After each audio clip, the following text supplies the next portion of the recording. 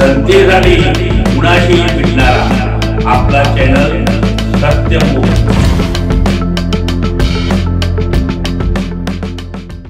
संविधान परिवाराची प्रशासनाकडे मागणी, निवेदन सादर।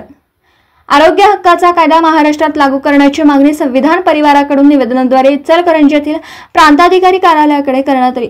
जन आंदोलनाचे राष्ट्रीय समन्वय आणि संविधान परिवाराच्या कार्यकर्ते यांनी केलेल्या मुख्य मागण्यांमध्ये राजस्थानप्रमाणे आरोग्य हक्काचा कायदा महाराष्ट्रात लागू करावा, पण तो अधिक सर्वसमावेशक आणि भेदमुक्त असला पाहिजे।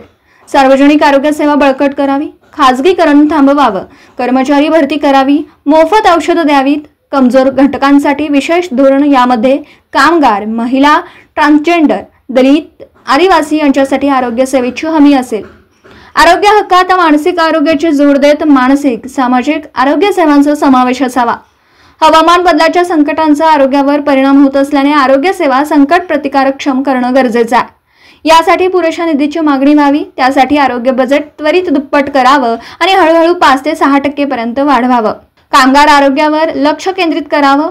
ऑक्युपेशनल हेल्थसाठी स्वतंत्र समिती व उपाययोजना कराव्यात। शहरी गोरगरिबांसाठी विशेष मागण्यांमध्ये प्रत्येक झोपडपट्टीत आपला दवाखाना, स्वच्छता, पाणी पुरवठा, नद्या, सांडपाणी स्वच्छता इत्यादी व्हावं। गुजरात व बिहार प्रमाणे महाराष्ट्रातही दारूबंदी लागू करावी। यासाठी यावेळी अनुभव शिक्षा संस्थेचे अशोक वरुटे, डॉक्टर बाबासाहेब आंबेडकर शेती विकास व संशोधन संस्थेच्या वैभवी आढाव, आरिफ पाणारी, रिजवान कागदी, मुस्तफा शिकलगार, राष्ट्र सेवा दलाचे जिल्हा संघटक रोहित दळवी, दामोदर कोळी, आदित्य धनावडे आदी उपस्थित होते।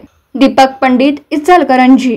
जनतेसाठी कुणाशीही भेटणारा आपला सत्यमुख। लाईक करा, शेअर करा आणि बेल आयकॉन ऑन करा। मित्रांनो, विसरू नका।